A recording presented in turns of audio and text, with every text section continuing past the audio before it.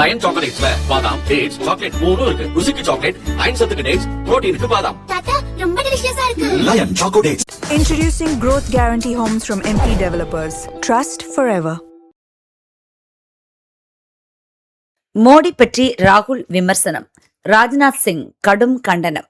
டெல்லியில் நேற்று நடந்த காங்கிரஸ் நிகழ்ச்சி ஒன்றில் லோக்சபா எதிர்க்கட்சித் தலைவர் ராகுல் பேசினார். அப்போது பிரதமர் மோடியின் வெளியுறவு கொள்கை என்பது தலைவர்களை கட்டிப்பிடிப்பது மட்டும்தான் என கூறி மேடையில் இருந்த காங்கிரஸ் நிர்வாகி ஒருவரை கட்டிப்பிடித்தார். மேலும் ஈரான் போரில் இந்தியா மத்தியஸ்தராக செயல்பட்டிருக்கலாம், ஆனால் பாகிஸ்தான் அந்த இடத்தை பிடித்ததை பிரதமர் மோடி வேடிக்கை பார்த்துக் கொண்டிருந்தார் என்றும் ராகுல் குற்றம் சாட்டினார்.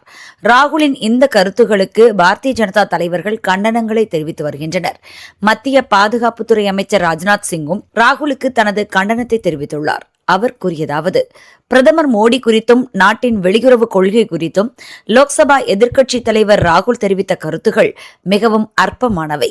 தனிப்பட்ட முறையில் இது எனக்கு மிகவும் வருத்தம் அளிக்கிறது. எந்த ஒரு எதிர்க்கட்சி தலைவரிடமும் இதுபோன்ற நாகரீகமற்ற நடத்தையை நான் பார்த்ததில்லை.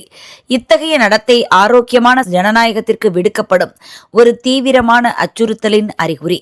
பிரதமர் மீது ராகுலுக்கு ஏதேனும் விரக்தி இருக்கலாம், ஆனால் தேசிய மற்றும் சர்வதேச அளவில் இந்தியாவிற்கு பெருமை சேர்க்க பாடுபட்டு வரும் ஒரு பிரதமரை பற்றி இப்படி நாகரிகமற்ற கருத்துக்களை கூறுவதை ஏற்க முடியாது. அது ஒவ்வொரு இந்தியரையும் வேதனைப்படுத்துகிறது.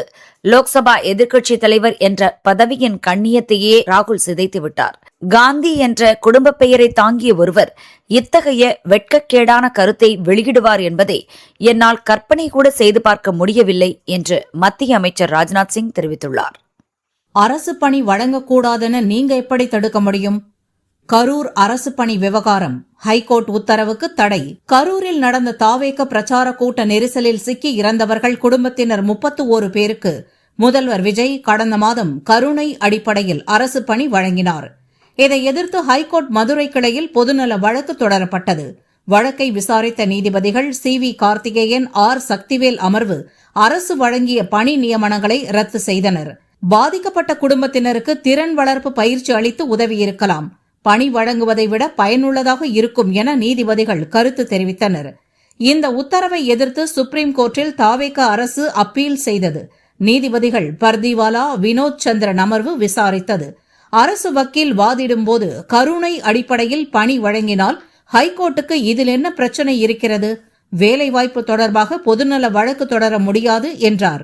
நீதிபதிகள் கூறும்போது, அரசு கொள்கை முடிவில் கோர்ட் தலையிட முடியாது, கருணை அடிப்படையில் பணி வழங்கக்கூடாது என்று சொல்ல நீங்கள் யார் என்று ஹைகோர்ட் தீர்ப்பு தொடர்பாக கேள்வி எழுப்பினர். துயர சம்பவத்தில் பாதிக்கப்பட்டவர்களுக்கு அரசு வேலை வழங்குவதில் என்ன பிரச்சனை இருக்கிறது? பண இழப்பீடோ பணியோ அரசு வழங்க முடிவு செய்தால் அதை வழங்கக்கூடாது என்று எப்படி கேள்வி கேட்க முடியும்? துயர சம்பவத்தில் உறுப்பினரை இழந்த குடும்பத்தில் ஒருவருக்கு வேலை கொடுக்க வேண்டாமா?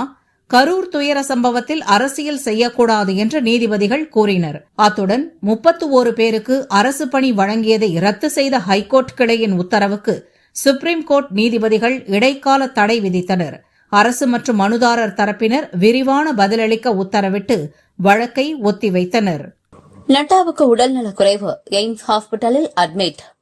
மத்திய சுகாதாரத்துறை அமைச்சராகவும் பாஜகவின் மூத்த தலைவர்களில் ஒருவராகவும் இருப்பவர் JP நட்டா. இவர் பார்லிமெண்ட் மழைக்கால கூட்டத்தொடரில் பங்கேற்று வந்தார். நேற்று கூட்டத்தொடர் முடிந்த நிலையில் மாலை நட்டாவுக்கு திடீர் உடல்நலக்குறைவு ஏற்பட்டது. வீட்டில் இருந்தபோது திடீரென அவர் அசௌகரியமாகவும் சோர்வாகவும் உணர்ந்துள்ளார். இதையடுத்து உடனடியாக டெல்லி எய்ம்ஸ் மருத்துவமனையில் அட்மிட் செய்யப்பட்டார். அங்கு நட்டாவுக்கு மருத்துவக் குழுவினர் பல கட்ட பரிசோதனைகள் செய்தனர். குறிப்பாக இதய ரத்த நாளங்களில் ஏதேனும் அடைப்பு இருக்கிறதா என்பதை கண்டறியும் கரோனரி ஆஞ்சியோகிராபி பரிசோதனை செய்யப்பட்டது. பரிசோதனைகளுக்கு பின்னர் நட்டா உடல்நிலை சீராக இருப்பதாகவும் தொடர்ந்து அவர் கண்காணிப்பில் வைக்கப்பட்டுள்ளதாகவும் மருத்துவமனை நிர்வாகம் அறிக்கையில் தெரிவித்துள்ளது. ஓரிரு நாளில் அவர் வீடு திரும்புவார் என்று எதிர்பார்க்கப்படுகிறது. மதுக்கூடமாக மாறும் பள்ளி, அன்புமணி வேதனை. மக்களுக்கும் மாணவர்களுக்கும் எளிதாக மது கிடைப்பதை தடை செய்ய வேண்டும் என்று பாமக தலைவர் அன்புமணி வலியுறுத்தியுள்ளார். இது தொடர்பாக அவர் வெளியிட்டுள்ள அறிக்கையில் கூறியிருப்பதாவது: குமரி மாவட்டம் தக்கலை அரசு பள்ளியில் மாணவிகள் சிலர் மது அருந்தும் காட்சி சமூக வலைதளங்களில் வேகமாக பரவி வருகிறது. பாடம் கற்பிக்க வேண்டிய வகுப்பறைகள் மதுக்கூடமாக மாறி வருவது கவலை அளிக்கிறது. அரசு பள்ளி மாணவர்கள் மது அருந்தும் நிகழ்வு கடந்த 10 ஆண்டுகளுக்கு மேலாகவே நடந்து கொண்டுதான் இருக்கிறது. இதை பார்க்கும் போதெல்லாம் இளைய சமுதாயம் எங்கே செல்கிறது என்ற கவலையும், எதிர்கால தூண்களாக வளர்த்தெடுக்கப்பட வேண்டிய குழந்தைகளை அரசும் சமூகமும் சீரழிக்கிறதே என்ற ஆத்திரமும் ஏற்படுகிறது. இளைய தலைமுறையினருக்கான பிரதிநிதிகளாக தங்களை காட்டிக்கொள்ளும் தாவேக ஆட்சியிலும் இத்தகைய கொடுமைகள் தொடர்கின்றன. அரசு பள்ளியில் மாணவிகள் மது அருந்தியதை தடுக்க தவறியதற்காக அப்பள்ளியின் தலைமை ஆசிரியர் பணியிட மாற்றம் செய்யப்பட்டுள்ளார். ஆனால் எளிதாக மது கிடைக்கும் சூழலை உருவாக்கிய ஆட்சியாளர்களுக்கும், வகுப்பறையில் அமர்ந்து மது அருந்துவதை ஒரு சாகசமாக கருதும் மனநிலையை மாணவர்களிடமும் ஏற்படுத்தியவர்களுக்கும் என்ன தண்டனை? ஆன்லைனில் முன்பதிவு செய்து வரிசையில் நிற்காமல் எளிதாக மது வாங்குவதற்கான இணையதளத்தை ஆட்சியாளர்கள் உருவாக்கியதுதான் சீர்திருத்தமா? மனிதர்களை ஒழிக்கும் மதுவை ஒழிப்பதே அரசின் கடமையாக இருக்க வேண்டும். ஆண்டுக்கு 1000 மதுக்கடைகளை மூடி அடுத்த 3 ஆண்டுகளில் தமிழகத்தில் பூரண மதுவிலக்கை ஏற்படுத்த முதல்வர் விஜய் நடவடிக்கை எடுக்க வேண்டும் என்று அன்புமணி வலியுறுத்தியுள்ளார். சென்னை வானிலை ஆய்வு மையம் வெளியிட்டுள்ள அறிக்கை: தமிழக கடலோர பகுதிகளில் கீழ்மட்ட வளிமண்டலத்தில் ஒரு பலவீனமான காற்றழுத்த தாழ்வு பாதை நிலவுகிறது. இதன் எதிரொலியாக கோவை, நீலகிரி, தேனி, திண்டுக்கல், மதுரை உள்ளிட்ட 10 மாவட்டங்களில் இன்று கனமழைக்கு வாய்ப்புள்ளது.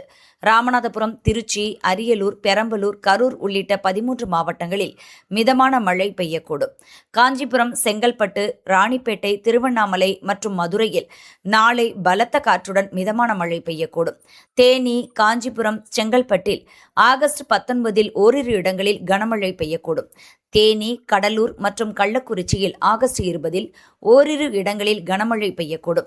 ஆகஸ்ட் 18 வரை தென் தமிழக கடலோர பகுதிகள் மற்றும் குமரிக்கடலின் சில பகுதிகளில் மணிக்கு 45 முதல் 55 கிலோமீட்டர் வேகத்திலும் இடையிடையே 65 கிலோமீட்டர் வேகத்திலும் சூறாவளி காற்று வீசக்கூடும். இப்பகுதிகளுக்கு மீனவர்கள் செல்ல வேண்டாம் என்றும் எச்சரிக்கப்பட்டுள்ளது. காலையில் சரிந்த தங்கம் விலை மாலையில் அதிரடியாக எகிரியது. இன்றைய விலை நிலவரம்: தமிழகத்தில் தங்கம் விலை கடந்த சில நாட்களாகவே ஏற்ற இறக்கத்தை கண்டு வருகிறது. அதன்படி சென்னையில் இன்று காலை ஆபரண தங்கத்தின் விலை அதிரடியாக சரிந்தது. பவுனுக்கு 1440 ரூபாய் குறைந்து ஒரு பவுன் 1,12,320 ரூபாய்க்கும், கிராமுக்கு 180 ரூபாய் குறைந்து ஒரு கிராம் 14,040 ரூபாய்க்கும் விற்பனை செய்யப்பட்டது. காலையில் அதிரடியாக குறைந்த தங்கம் விலை மாலையில் கிடுகிடுவென எகிரியது. கிராமுக்கு 160 ரூபாயும் பவுனுக்கு 1280 ரூபாயும் உயர்ந்து தற்போது ஒரு கிராம் 14,200 ரூபாய்க்கும், ஒரு பவுன் 1,13,600 ரூபாய்க்கும் விற்பனையாகிறது. வெள்ளி விலையில் மாற்றமின்றி ஒரு கிராம் 255 ரூபாய்க்கு விற்பனை செய்யப்படுகிறது.